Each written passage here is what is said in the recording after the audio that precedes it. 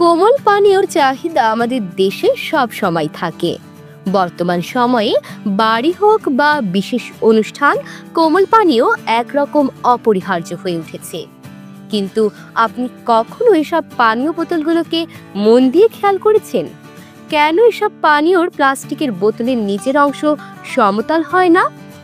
কখনো ভেবেছেন প্লাস্টিকের কোল্ড ড্রিঙ্কের বোতলের নিচের অংশ সব সময় কেন খাঁজকাটা থাকে?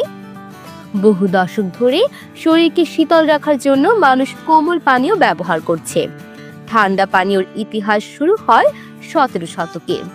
ফরাসি সংস্থা কোম্পানি ডি লিমোনার্ডিয়ার্স এর লেবুর রস, পানি এবং মধু দিয়ে তৈরি লেমনেড বাজারে ছেয়ে গিয়েছিল সেই সময়।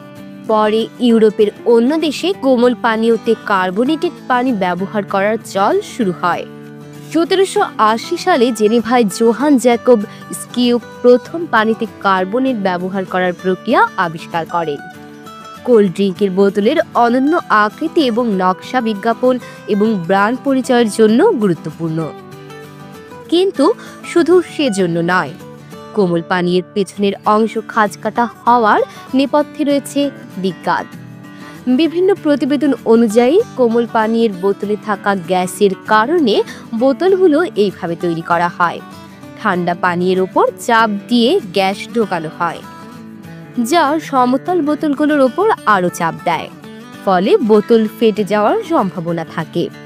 কিন্তু বোতল খাঁজকাটা থাকলে অতিরিক্ত চাপে বোতলটির আয়তনের পরিবর্তন হয়, ফলে বোতলের সামঞ্জস্য ঠিক থাকে। একই কারণে বোতলগুলোর নিচের অংশ উপরিভাগের তুলনায় শক্ত করা হয়। বোতলের এই বিশেষ ধরনের নকশাকে কোরুগেশন বলা হয়।